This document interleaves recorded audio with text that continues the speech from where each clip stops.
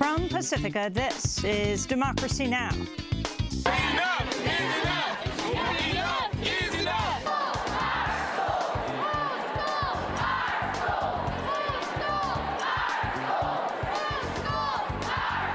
Oklahoma to Kentucky to Arizona, teachers rising up in what's being called a red state rebellion.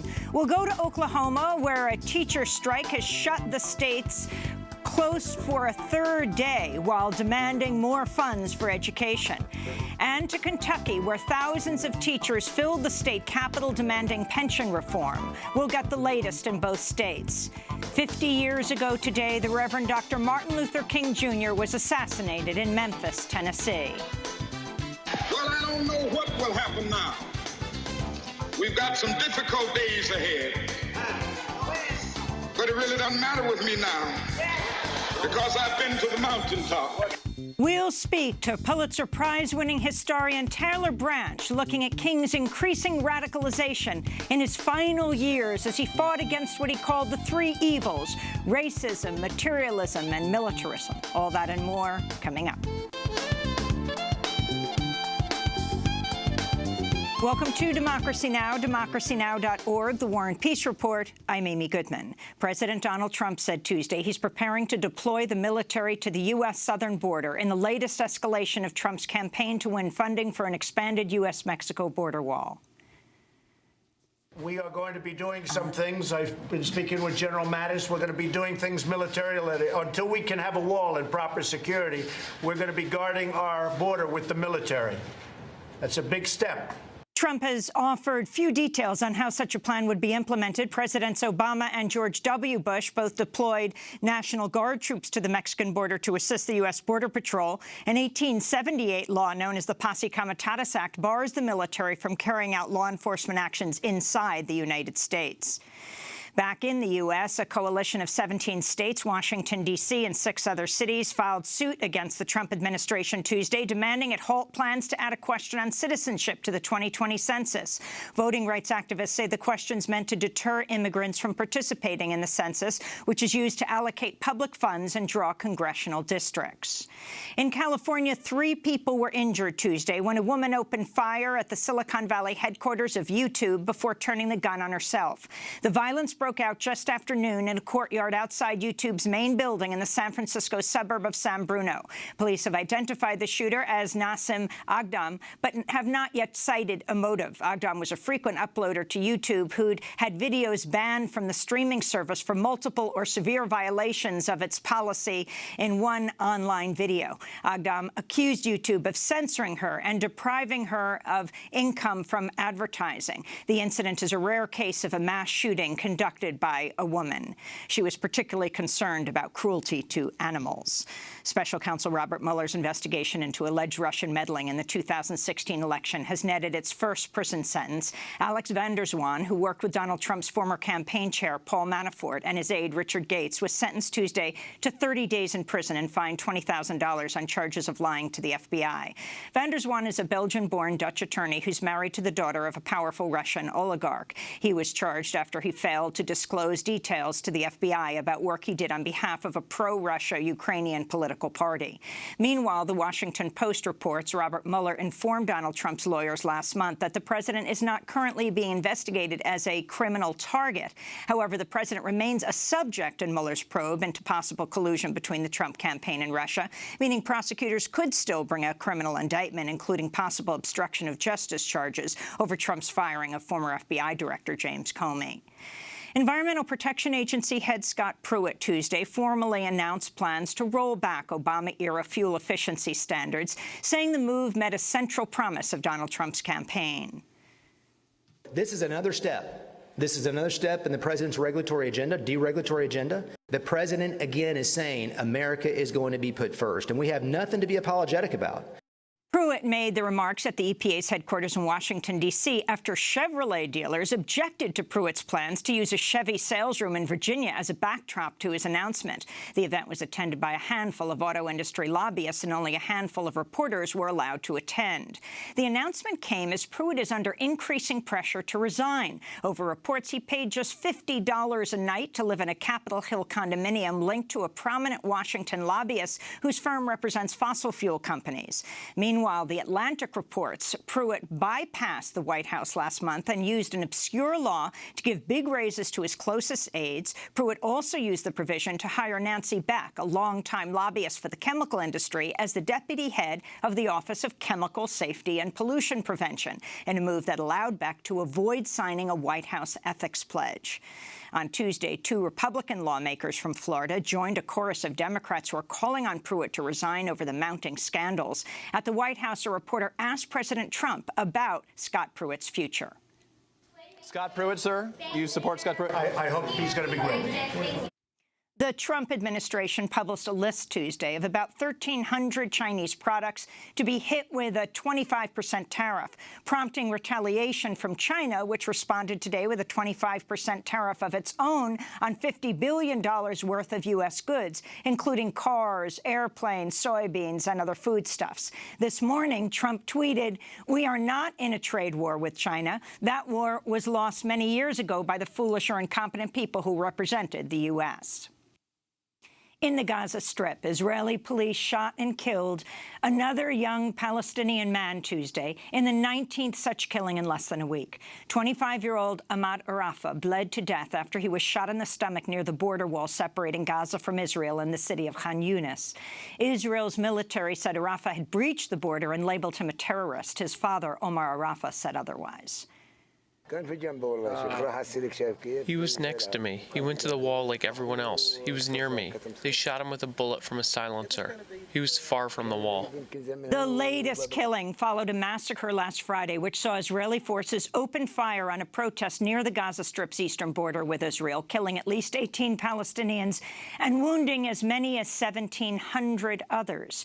The massacre set off protests across the Middle East and worldwide. In Boston, Massachusetts, Tuesday, 8 young Jewish Americans were arrested outside the Israeli consulate as they locked themselves together in a nonviolent protest.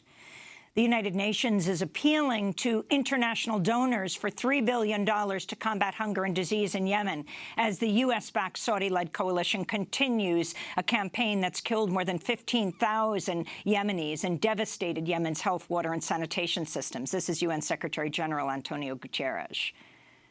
Every 10 minutes, a child under 5 dies of preventable causes. And nearly 3 million children under 5 and pregnant or lactating women are actually malnourished. Nearly half of all children aged between 6 months and 5 years old are chronically malnourished and suffer from stunting, which causes development delays and reduced ability to learn throughout their entire lives. Last month, 10 Senate Democrats joined a majority of Republicans in a 44-55 vote that rejected a bill seeking to end U.S. military involvement in the U.S.-backed Saudi-led war. A warning to listeners and viewers, this next headline contains disturbing content. In North Carolina, the city of Asheville's released police body cam videos showing a white police officer beating, choking, and tasering Johnny Rush, a 33-year-old African-American man, after officers stopped him for jaywalking. Rush had allegedly crossed the street in an area without a crosswalk when Officer Christopher Hickman yelled and ordered him to place his hands behind his back. When Rush ran from the officers, Hickman tackled him, repeatedly struck him in the head, tasered him, used both arms to place Rush in a chokehold. At several points in the video, Rush is heard echoing the words of Eric Garner, who died in 2014 after a New York police officer placed him in a chokehold. "I can't breathe." I can't breathe! I can't breathe! I can't breathe! I can't breathe! I can't breathe! Oh, my God! Ow! Rush survived the assault with burns from the taser and injuries to his head and face. Officer Christopher Hickman resigned in January just before he was to be fired for violating his department's use of force policy. Last month, Hickman was arrested on charges including felony assault by strangulation. In California, state lawmakers introduced a bill Tuesday that would tighten the rules under which police officers can use deadly force.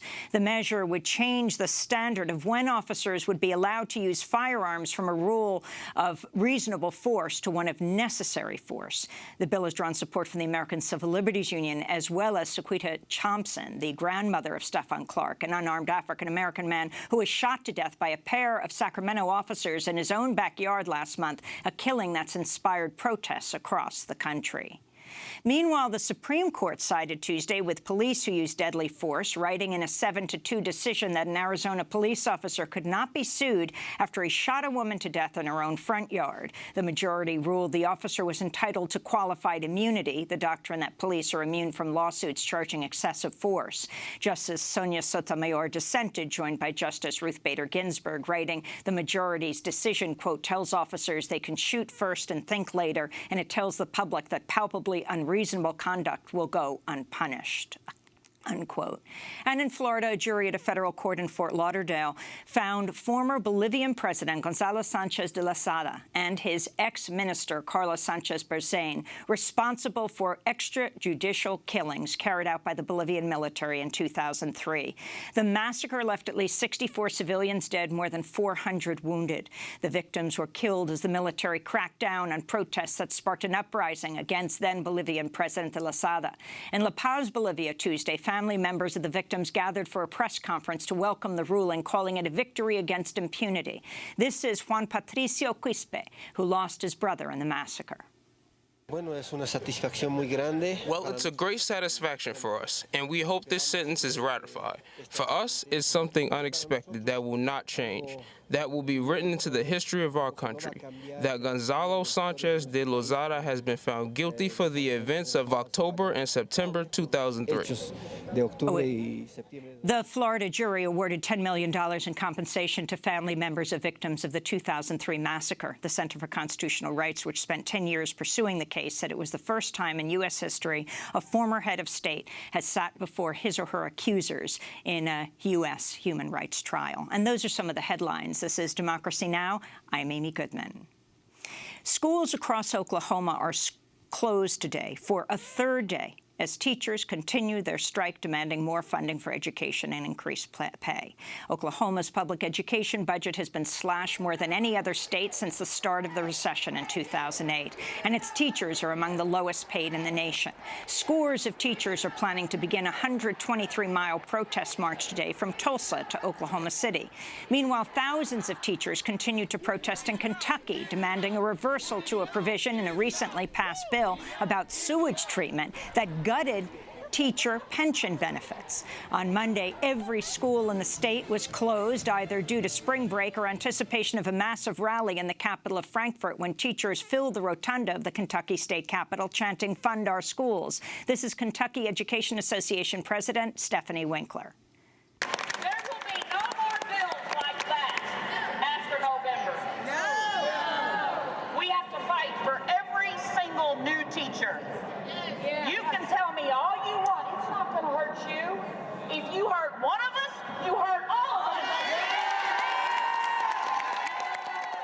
This year's wave of teacher rebellions began in West Virginia, where teachers won a 5% pay raise after an historic strike. The protests have also inspired teachers in other states, including Arizona, where union members are threatening to strike unless their demand for a 20% wage increase is met. The teacher protests in West Virginia, Oklahoma, Kentucky, and Arizona have been described by some as a red state revolt. In 2016, Donald Trump won all 4 states. Meanwhile, in higher education news, non-tenured faculty at Loyola University Chicago are planning to go on strike today. For more on teacher uprisings, we go to Oklahoma and Kentucky. We're joined by 4 guests. In Oklahoma, Andrea Thomas, a 9th and 11th grade English teacher at Newcastle High School outside of Oklahoma City, has taught for 19 years, is now on strike. Mickey McCoy is a retired English teacher and school board member in Eastern Kentucky, taught for 27 years. Also in Kentucky, we're joined by Democratic State Representative Attica Scott, who serves on the House Education Committee. In 2016, she became the first African-American woman to serve on Kentucky's state legislature in 20 years. And we're joined by Mike Elk, senior labor reporter at Payday Report and a correspondent for The Guardian. Elk's recent piece is headlined, "Arab Spring for Teachers. Educators in Oklahoma Join Wave of Strikes." Mike, let's begin with you in Oklahoma. Just give us an overview of what's taken place. Well, Amy, after the successful West Virginia strike, a lot of teachers here had already been talking prior to the West Virginia strike about organizing some sort of walkout. But when they saw teachers in West Virginia win that 9-day strike, that historic strike, it gave them a lot of confidence to keep pushing. And so what happened here is that over 100 school districts throughout the state now are out on strike. And in some of these school districts, the Democratic superintendents of the schools are actually quite supportive because of how bad the funding cuts are. My colleague and I, Karina Moreno, the brilliant public administration professor at Long Island, Brooklyn, crunched the numbers. And Oklahoma has cut more from its state budget since 2009 than any other state in the country. It has one of the lowest tax rates on oil and natural gas. The tax rate is an effective 3% tax rate on oil and natural gas production. In comparison, Texas, neighboring Texas, which pays its teachers a starting salary of $18,000 more, taxes oil and natural gas at an effective rate of 8%. So what we're seeing here is that teachers are demanding a lot more in terms of funding. Already, the state has passed a $6,000 pay raise for teachers. But teachers are saying it's about a lot more than a pay raise. It's about funding classrooms. It's about having textbooks. I've talked and interviewed so many teachers that are telling me that they can't even get proper supplies or textbooks. They can't assign homework because they can't risk losing a $200 textbook. And they tell me that their students know that the state's not investing in education. And this is at a time that Oklahoma is booming. You know, you go to downtown Oklahoma City, you go to downtown Tulsa, and the place is booming with oil money. So it's a question of taxation, and it's a question of rolling it back. And we're seeing teachers here make a very bold stand, and almost every teacher I talk to emphasizes that this is a strike not about raises, but about making sure they get more money for the classroom. And, you know, it looks like it'll go on for at least a week or two. The superintendent in Tulsa, where I'm at, just announced that she would close schools for an entire week. And she's appearing later today, the superintendent of Tulsa, at a rally to kick off a 123-mile march from Tulsa to Oklahoma City. That's expected to take a week. So this strike here will go on for a while. And it looks like the strike in Kentucky will go on for some time, too. And it's going to be incredible to see what kind of ripple effect this has. So let's go to Andrea Thomas. Andrea Thomas, who is in Oklahoma City. You're a teacher. You've been a teacher for almost 2 decades, you and your husband in the Oklahoma schools. Talk about why you're striking and what you're demanding. Yes, well, the legislature, you know, they have passed the $6,000 raise, and we can live with that. What we're fighting for now is for the kids. Like, I've seen so many signs that have said, we're here for the kids, we're here for the kids. I've had students come and support us. It's about funding for the classrooms. It's about technology. You know, we're lacking in technology at our school. It's about being able to implement safety measures. We haven't, you know, in our society today, we'd love to implement more safety measures, but it's so hard to do. Our librarian, you know, we don't have a library budget. If she wants new books for our library, she has to do fundraisers. It's about class size. My class sizes have grown immensely in the past few years, you know, classes of 35. And it's just so much harder to have a relationship with your students and do what's best for them whenever you have so many. Andrea, and you're just trying to survive. Andrea, in Oklahoma, I think the teacher salaries are like 49th in the country. That's 49 out of 50. Also, in some school districts, there's so little money that classes are only 4 days a week. They close school on the 5th day, also so teachers can make some extra money doing other jobs. How do you and your husband get by? Yes, we are relying on that 5th day now for our extra jobs. We both work at an Herbalife shop. We both, you know, sell Herbalife. I sell Monate. I clean houses. My husband, he even sells plasma, you know, his own plasma when things get super tough. He sells his blood. It's caused us, yes. Are you cleaning the houses of your students? No, I do for a shop and for, you know, just some people in town. That will amaze people around the country that schools are closed on the 5th day for teachers to be able to make more money, and just because they can't keep the schools open. I wanted to go across to Kentucky, to Mickey McCoy. You're a retired English teacher, deeply concerned about your pension. Can you talk about what's happening in Kentucky now as thousands of teachers have descended on the state capitol in Frankfort? Talk about what you're most concerned with.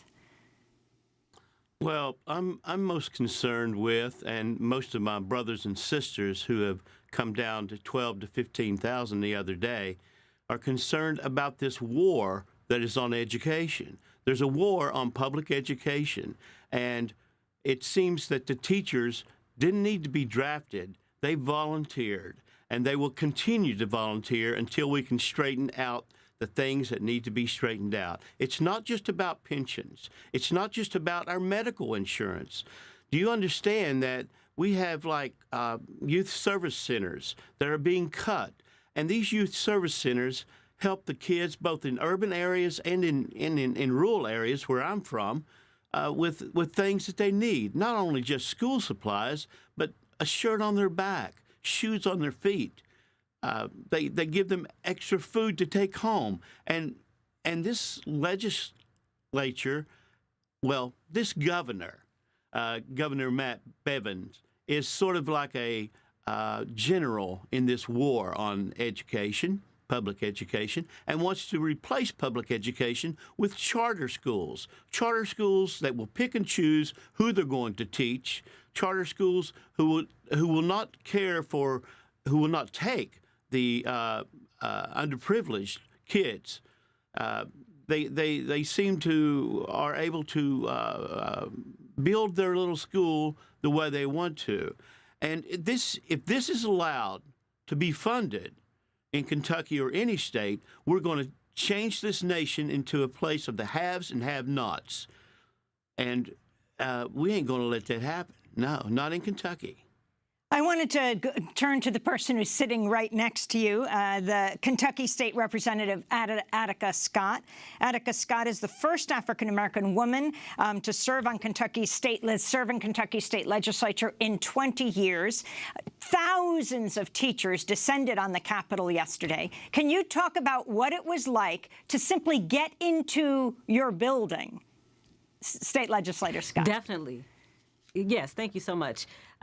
I actually come from an activism and organizing background as the former coordinator of Kentucky Jobs with Justice. So for me, it was exciting to see, and it's the kind of mobilizing and organizing that we need to have more of in Kentucky. We need more of that righteous anger that Dr. King had. We need more of the people descending on their state capitol and saying that Kentucky deserves better. And I was there with my daughter, who is a public school student who wanted to be in Frankfort to support her public school teachers and to support public employees across Kentucky. And we made our way through the crowd, speaking to people, high-fiving with people, saying to people, thank you for being here. Thank you for speaking up for the people who can't make it to Frankfort.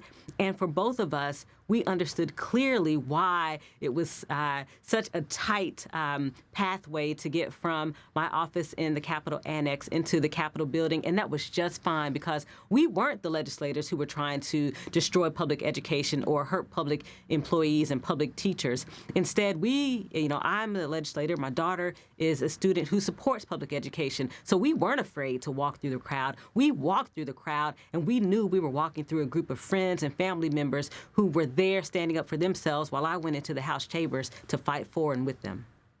Can you explain, State Representative Scott, the whole issue of demanding a reversal to a provision in a recently passed bill about sewage treatment that guts the pension benefits? So the sewage pension bill, Senate Bill 151, on the Thursday before Good Friday, that morning, it was a sewage bill. And by that afternoon, it was the so-called pension reform bill, a bill that members of the committee only had about 5 minutes to read, a bill that, in fact, is probably illegal because we did not have an actuarial analysis, a fiscal impact statement on the bill and how it would impact the inviolable contract that we have with our public educators. And yet, members of the committee and then those of us on the House floor were expected to vote on that bill, pass it out with little to no debate in the committee. We had extensive debate on the House floor, but it passed anyway because, as Mickey said, the governor and his followers in the legislature are determined to destroy public education. And taking away the agreement that we made with teachers, the inviolable contract, and moving their retirement benefits into a 401k plan, that violates our commitment to our public employees. And the way in which we, and I say we because I'm part of the legislature, but it's really the so-called new Republican majority. The way that they pushed that bill forward made it very clear that they knew that what they were doing was wrong. They knew that what they were doing was not in the best interest of the Commonwealth of Kentucky. And those of us who are on the right side of this issue knew it as well. I understand that the Education Association called for everyone to wear red, wearing red is a sign of solidarity and a red state revolt. Mickey, are you wearing red for Ed?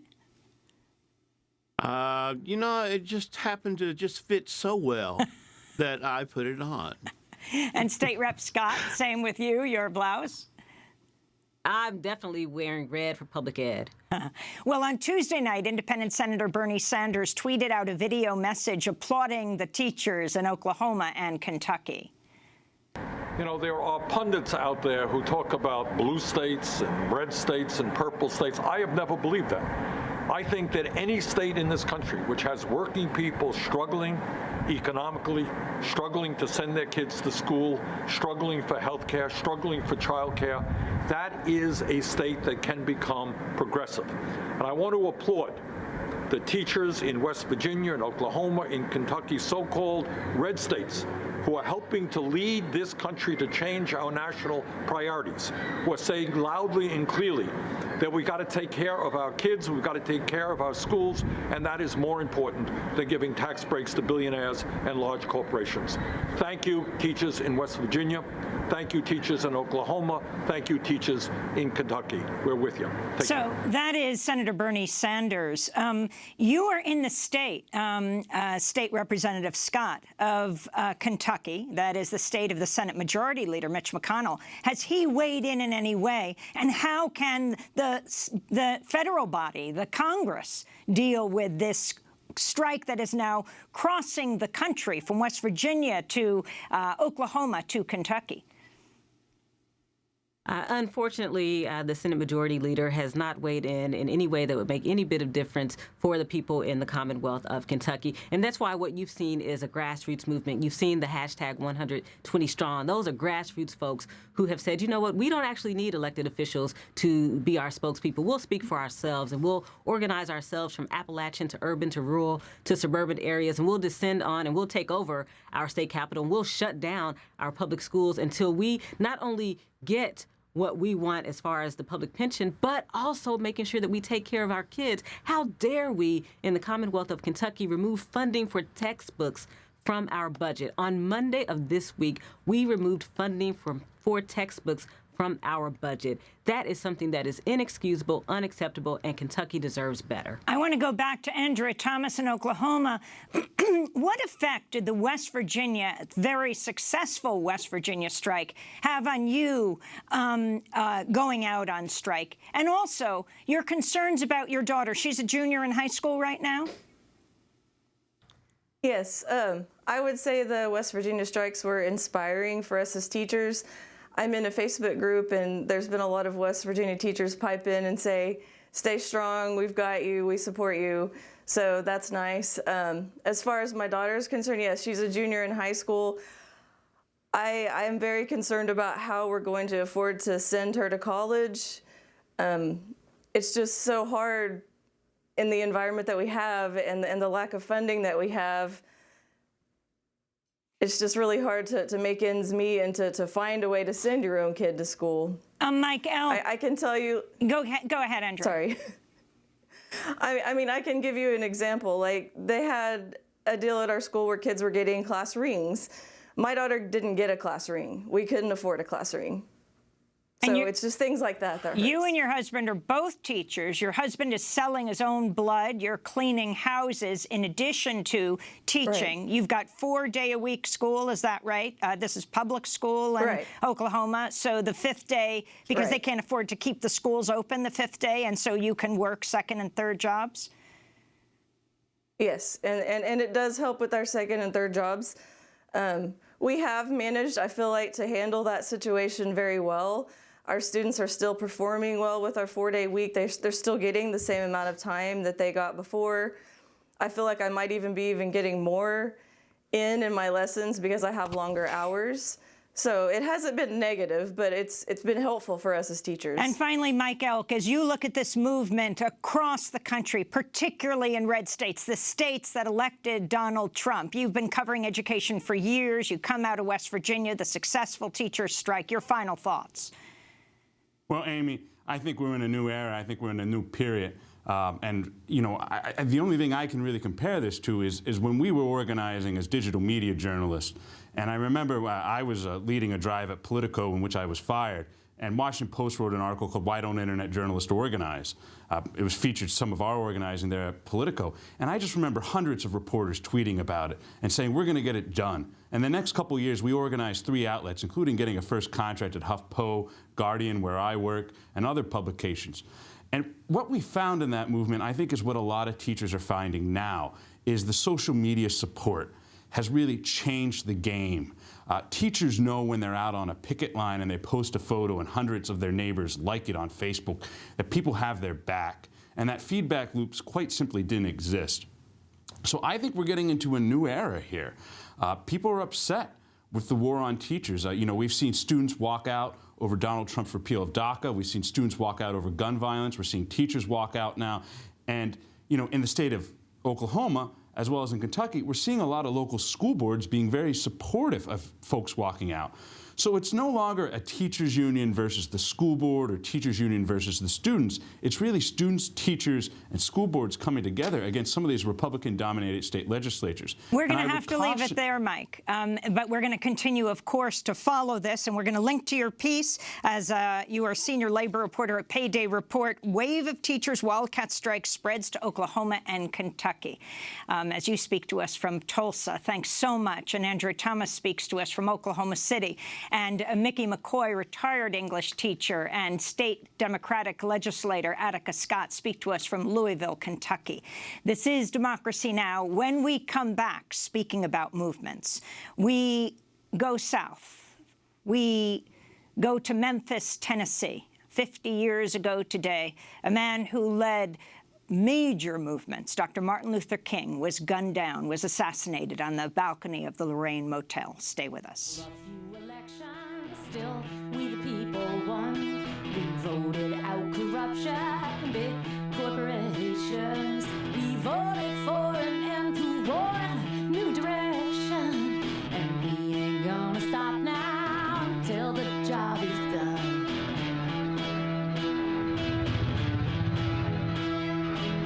Come on, all good workers, this year is our time. Now there's folks in Washington who care what's on our minds.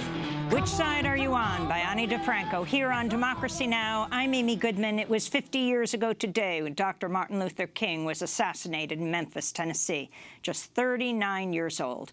We turn now to a conversation I recently had with Pulitzer Prize-winning historian Taylor Branch and with writer Trey Ellis. They both worked on the new HBO documentary called King in the Wilderness, which premiered at Sundance, where we spoke, but went on HBO this week. The film recalls the last 3 years of King's life, beginning after President Lyndon Johnson signed the Voting Rights Act of 1965. I began by talking to Taylor Branch, who wrote the America in the King Years trilogy. Let's talk about those last 3 years, where Dr. King is moving north. And he would say at that time he was never so afraid as he was in Chicago. I mean, for all that he faced in the South, Chicago, right, northern United States. Well, within a month of Selma in 1965, he was saying we have to go north. And the staff, including Diane, did not want him to go did not want to go north. We still have work to do in the South. That's what she said. But King became more determined. He was reluctant in the early years. He was trying to make the movement climb up. He gets the Nobel Peace Prize. Andy Young said we wanted to have chicken dinners and congratulate ourselves for 20 years. He says, no, we want to go to Selma. As soon as Selma was done, he says, we want to go north to show America that the race issue is now and never has been purely Southern. The staff didn't want to go. Then all the staff, except for one person, was against his coming out and making the Riverside Church speech against Vietnam. And none of the staff, the film shows how much staff dissension there was on the Poor People's Campaign and then on Memphis. So there was a downward pull of King in the last years where he felt compelled to make a witness on things that he didn't have confidence were going to be big breakthrough moments like I Have a Dream or the Civil Rights Act or 1965. So he's in the wilderness and he's lonely, but he is much more of a leader, almost a possessed leader. We have to do this. He even made a speech to his staff saying, we have to finish. There's a quote in Revelation, we have to finish on our principles even if we have very little left. Can you take us on the trajectory of the Mississippi March? This is after the Selma to Montgomery March. This is James Meredith and why King decided to join this.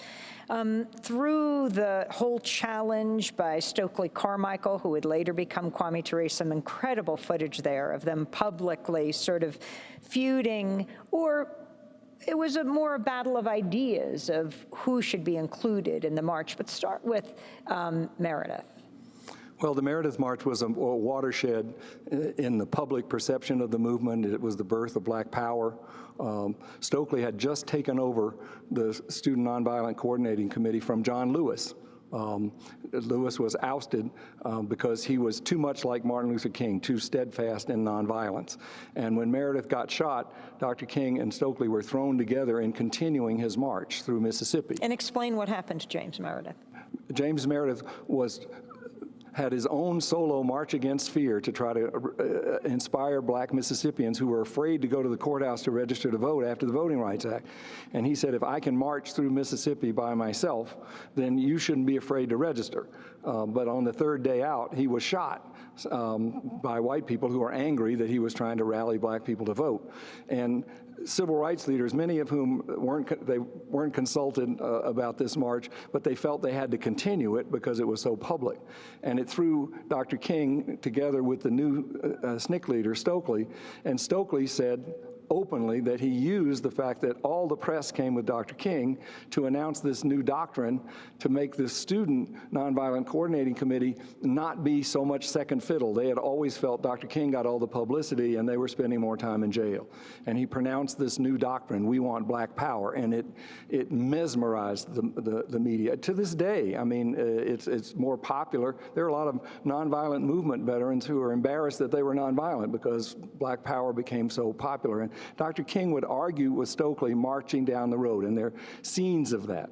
But then at night they would argue. With a reporter between them, holding a mic, going back and forth. Yes. And also the inclusion of non-Black activists in the movement. Yes, but, well, yes, they wanted, the march was very integrated. The March Against Fear, remember, it's 220-something miles. It went on for almost a month. It's bigger than the Selma March, but its significance is that it marked this big transformation between violence and nonviolence, or the opening of a debate. And Stokely would say, how come we have to be nonviolent? How come America admires nonviolence only in Black people, but otherwise they admire John Wayne, you know?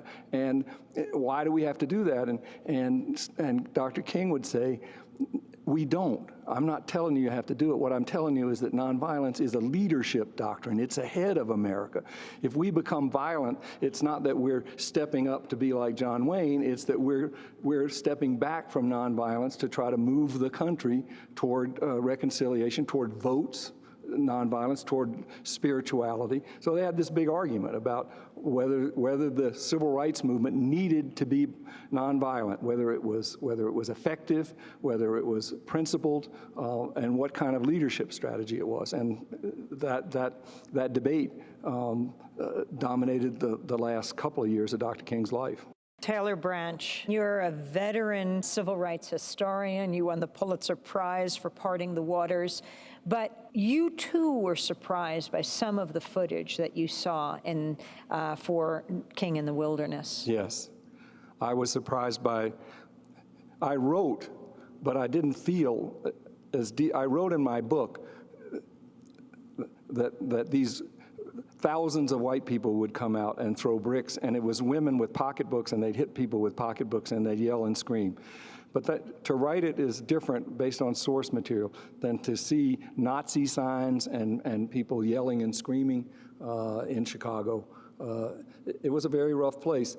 I mean, the swastikas, the presence of these swastikas. Yes, there were lots of swastikas and lots of young people involved. Now, on the other side, Dr. King was trying to experiment with nonviolence in the North, and in many respects, it was safe. There are no stories, as there were in Memphis, of nonviolence breaking down on the movement side in Chicago. In fact, a number of gang leaders would come up to Dr. King's apartment and argue with him all night, and a number of gang leaders were in those marches. So he had the Blackstone Rangers and a number of them in these marches. In some respects, it was the far reaches of the laboratory of who could be nonviolent and whether or not it could work. But what you get out of the film is you see the other side of it. Dr. King said we have to show America that there's a race problem in the North, because you'd be surprised how many millions of people think that there is no more race problem since we passed the Civil Rights Bill. And in that one little task, they succeeded admirably. Nobody really argued that there was no racism in the North after Chicago. Wasn't he hit by a brick in Chicago? He was hit by a brick on that same march, and once or twice by a rock. Of course, he was struck many times, stabbed. Violence had always been close to him his whole life. Before Memphis, that wasn't new. Down in the South, you would have a couple of hundred Klansmen, you'd be scared. But in Chicago, there were thousands of people, and they were enraged, and you could hear them. It was an angry crowd. Let's talk about Vietnam and how King ended up making this Riverside Dress speech, why I oppose the war in Vietnam. I wanted to turn to a clip of Vince Harding. Before he died, we had a long conversation with him about the speech and his conversations with Dr. King, the man, Vince Harding, who helped to craft that speech. This is what he had to say. Martin was, towards the end of his life, you may remember, by the last years of his life, he was saying that America had to deal with three, what he called triple evils: the evil of racism, the evil of materialism, and the evils of militarism. And he saw those three very much connected to each other. In a way, Amy, as long as Martin and I knew each other, we were talking about the kinds of things that were involved in that speech. We were talking about the tremendous damage that war does to those who participate in it, to those who are the victims of it, to those who lose tremendous possibilities in their own lives because of it.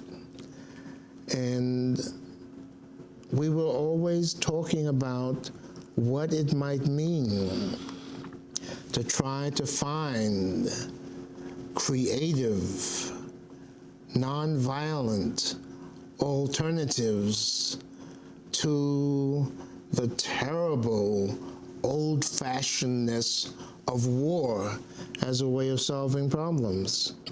And then when Vietnam began to develop on all of our screens in the 1960s, we talked a great deal about our country's role and a great deal about the role of those of us who were believers in the way of nonviolent struggle for change, and what our responsibility was both as nonviolent believers and as followers of the teachings and the ways of Jesus the Christ.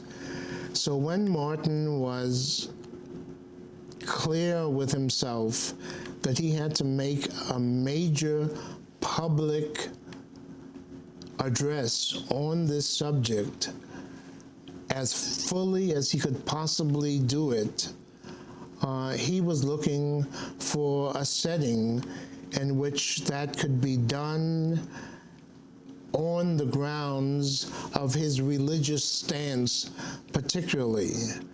And when clergy and laity against the war in Vietnam invited him to do that at Riverside for the occasion of their gathering in April 1967, it was clear to him that that was the place that he really ought to make the speech or to take the stand in the most public way possible. That was Vince Harding, a close ally of Dr. King, who helped to craft that Beyond Vietnam speech, or Why I Oppose the War in Vietnam, the speech that Dr. King gave at Riverside Church in New York on April 4th, 1967, a year to the day before Dr. King was assassinated in Memphis. Talk about Vince Harding's role in that speech, Taylor Branch. Well, Vince Harding was a Mennonite student of nonviolence his whole life who lived in Atlanta, not far from Dr. King. And when he undertook the speech for reasons that Trey can explain, it was one of the few that he actually wrote out. He had to have it.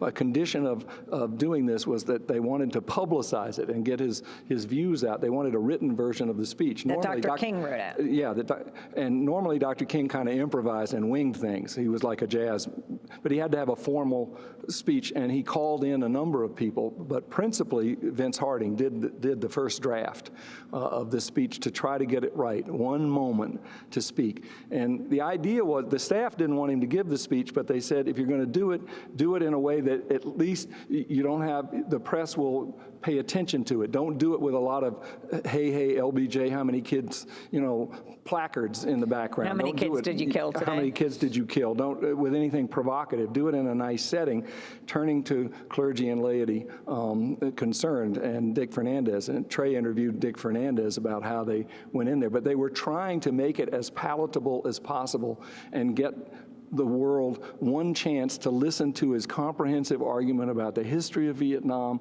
about the Vietnamese people, about how they viewed our claims that we were fostering this out of concern for their democratic future. And he crafted this comprehensive speech, and nobody listened to it anyway. They said, you're a traitor. You shouldn't. It was one of the big disappointments in his life.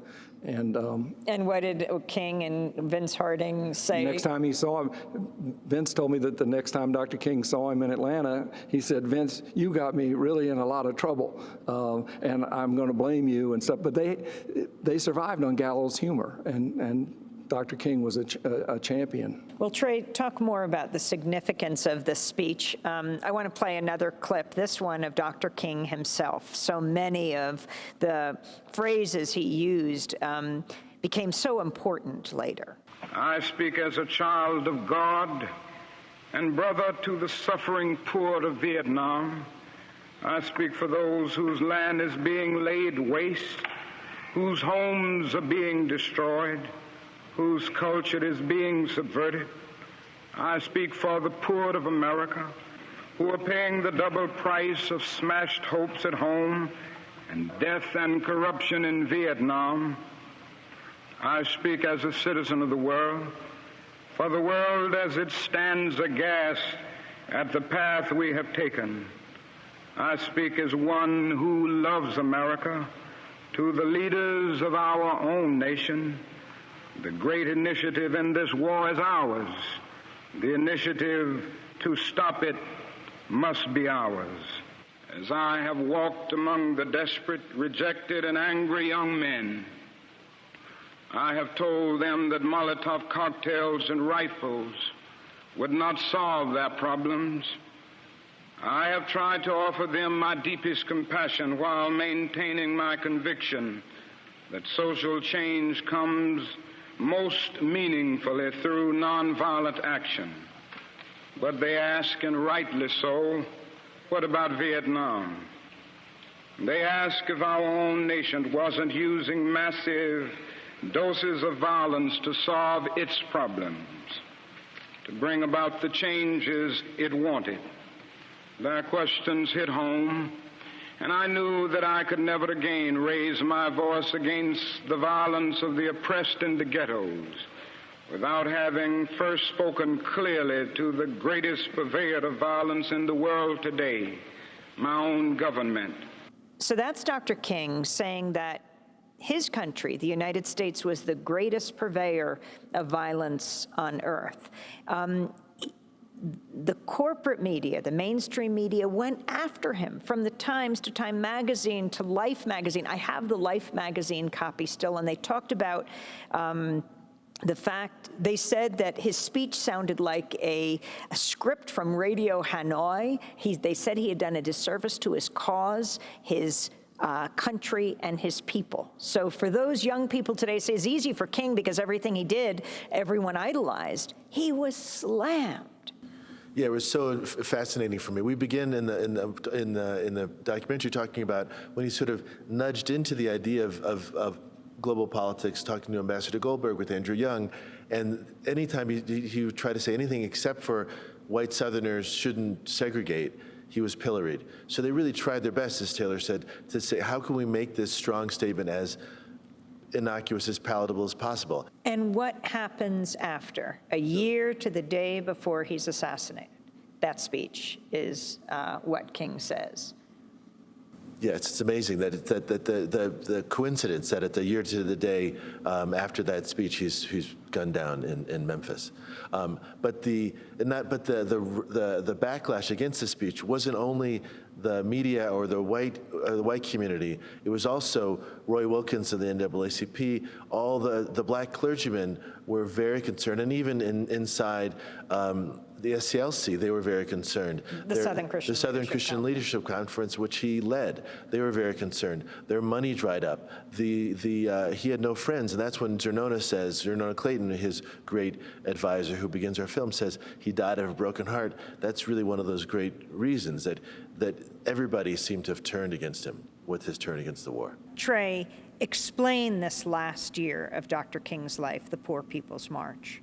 Well, so after the coming out against the war in Vietnam, and he's really at his lowest point, some people might say, and Andy Young would say, you deserve it. If you want to just be take over Riverside Church and live in the Upper West Side of Manhattan, you deserve it, right? He said no, he still wanted to fight longer. And the first interview I did was with Marian Wright Edelman, and when she said that, we have her on tape saying when she visited the poor in Mississippi with Bobby Kennedy, and Bobby Kennedy said to her, tell King to bring the poor to Washington, which goes to Taylor's point about having the public-private, how governance works best, how King and LBJ could work together. When she brought that message to King, she goes into his office. He's very, very sad. She tells him this idea from Bobby Kennedy and her, and he lights up. And it's really, I think he saw this as like this, and he talks about this March on Washington, this poor people's campaign. He really envisioned it as bigger than the I Have a Dream speech. He figured this as like, this would be all Americans, white, black, Hispanic, all poor people would march on Washington in real big transformative change. And when you see that it's the plans for that march and what could have been in that march, cut short by this assassin's bullet, this murderer's bullet, it's really quite heartbreaking. Taylor Branch. One reason that he may have lit up so much is this idea of racism, poverty, and war that you mentioned. He called it the triple scourge of evil. Andy Young mentions it in the film. That was not a new idea for Dr. King. It's the theme of his Nobel Prize lecture, that they are related, racism, poverty, and war. the violence of the flesh and violence of the spirit. So he had done racism, he had done war in Vietnam, and poverty is equally violent in his worldview. So an opportunity to make an explicit witness on the third leg of this, what he called the ancient triple scourge of racism, poverty, and war, I think was something that he knew he needed to do to make his message complete, because he'd been speaking about this, but he hadn't been demonstrating on poverty. So let's move on to Memphis. And this is not the final moment of Memphis, but it was in two parts. And again, we're talking about enormous tension within the SCLC and Dr. King's closest advisors, being concerned about King going to Memphis. He'd been invited to stand with the sanitation workers as they tried to unionize. I will just talk a little bit about the origins of Memphis. The staff, it took, as the film shows, an enormous effort to get the staff behind the Poor People's Campaign. There were a lot of dissension. Some people said, if you don't end the Vietnam War, it doesn't matter what we do. And other people said, we still have segregation in the South and in the North, and we should be on race relations. So he finally gets them to going on the Poor People's Campaign and their plans, and then this incident happened in Memphis. The strike started because 2 of the sanitation workers were crushed to death in the back of a cylinder garbage truck when they were not allowed to seek shelter in rainstorms because they were all black, and their rules did not allow them to seek shelter in any white neighborhood because it offended white people. And the only place they could find shelter is in the garbage, with the garbage itself, and a broom fell and hit a lever and compacted them, literally crushed them. That's the origins of I Am a Man, meaning they picked that slogan because the whole strike was economic, but it was also just essential dignity. They were being crushed like the garbage that they were picking up, and nobody cared. So they carried these signs. They carried these signs, and the person that was leading the demonstrations, Jim Lawson, was one of Dr. King's old mentors in nonviolence, and he calls him and says, "Martin, can you come?" And so that's where the traded most of the interviews about Memphis, but that's where it was. He said, I have to go to Memphis if we don't answer this. Yes, it's a diversion, but it's from Jim Lawson, and if these people don't personify what the Poor People's Campaign is going to be about, nobody does. So he, once again, drags his staff to Memphis as a diversion from Poor People's Campaign. Yeah, so Trey, take it from there. Well, I think it was really amazing about, we have this every time that, when he wanted to go north, when he wanted to go against the war, he was getting this pushback from his staff. And then now there's such dissent that he has a little hunger strike, right? That that's the first time that Andy Young will say that he can't get through to them. And he just has to do something really extreme so they will listen to him. To me, an extraordinary moment is like when he goes to the first Memphis March, and it goes badly, and some people, it's unclear what all the reasons were, but some people in the back are taking those I Am a Man wooden placards and using them to break some windows, or they're agent provocateurs. Things are happening, and the march is a disaster. I'm most impressed by Dr. King when he's on the film and he says, yes, it was terrible, and I should have done a better job organizing this march. I shouldn't have just jumped in and sight unseen into this march. You never see, there's not a single politician I've ever heard in my life who would admit to that kind of a mistake. And then when he comes back, he's really redoubling his efforts to come back next time and make it right. I want to go to the clip of Dr. King the night before he was killed. This was April 3rd, 1968. Well, I don't know what will happen now. We've got some difficult days ahead. But it really doesn't matter with me now, because I've been to the mountaintop. I don't mind. Like anybody, I would like to live a long life. Longevity has its place. But I'm not concerned about that now. I just want to do God's will. And He's allowed me to go up to the mountain. And I've looked over and I've seen the promised land. I may not get there with you, but I want you to know tonight that we as a people will get to the promised land.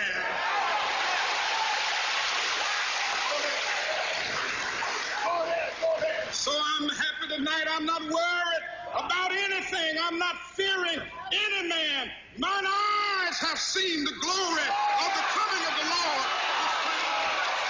Dr. Martin Luther King speaking April 3rd, 1968. He was assassinated less than 24 hours later in Memphis, 50 years ago today, April 4th, 1968. Visit democracynow.org to watch our full conversation with Pulitzer Prize-winning historian Taylor Branch, Trey Ellis, and Peter Kunhardt, director of the HBO documentary King in the Wilderness. I'm Amy Goodman. Thanks so much.